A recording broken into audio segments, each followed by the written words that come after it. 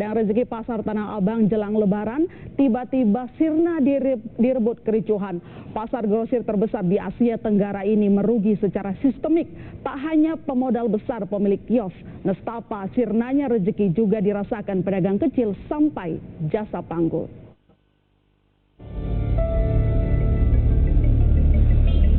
Tak riuh seperti Ramadan di tahun-tahun yang lalu.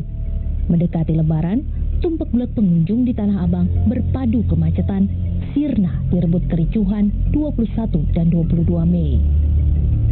Siang 23 Mei, saat situasi dinyatakan kondusif, tak banyak pedagang yang berani menggelar lapak.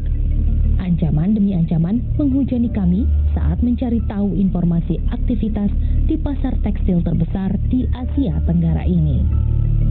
Apa yang sedang menimpa pasar legendaris ini? Kerugian besar yang sistemik. Seharusnya Ramadan jelang Lebaran, Tanah Abang berubah menjadi lahan memanen cuan.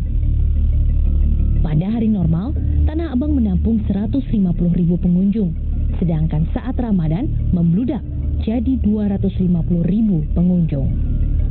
Saat ladang berubah jadi lahan perang, kerugian Tanah Abang dalam 2 hari mencapai 330 miliar rupiah. Ini dihitung dari 11.000 kios dengan rata-rata omset 15 juta rupiah per hari. Ricu di Tanah Abang pun berubah menjadi kecemasan yang menjalar ke pasar retail lain, seperti Mangga 2. Diperkirakan total kerugian pedagang retail mencapai 1,5 triliun rupiah. Semua pedagang juga nggak ada yang buka semua, ya otomatis tutup semua jadinya. Pengaruhnya apakah sehari berarti nggak jualan gitu ya Pak ya? Berapa omset yang hilang atau seberapa besar pengaruhnya? Ya itu sih relatif ya kalau buat soal omset berapa gitu ya. Jangan berpikir kerugian hanya menimpa pemilik kios yang punya modal besar. Nestapa juga harus diratapi penyedia jasa panggul. Dampak terjauh adalah pedagang retail dan konsumen yang sulit dapat barang. Secara umum, ricu menjadi beban berat bagi roda ekonomi Indonesia. Bagaimana tidak, tunjangan hari raya PNS dan karyawan swasta yang cair tak ada jalan untuk berputar.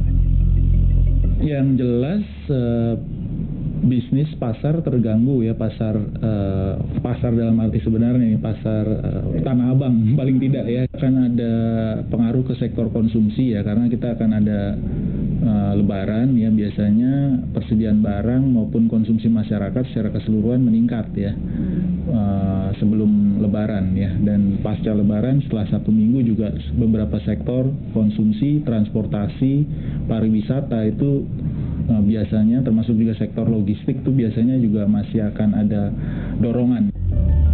Sudah dekat Lebaran, Ramadan juga tak datang saban hari. Berdamailah. Yuk sama-sama melindungi rezeki sesama agar nestapa ekonomi tak berkepanjangan.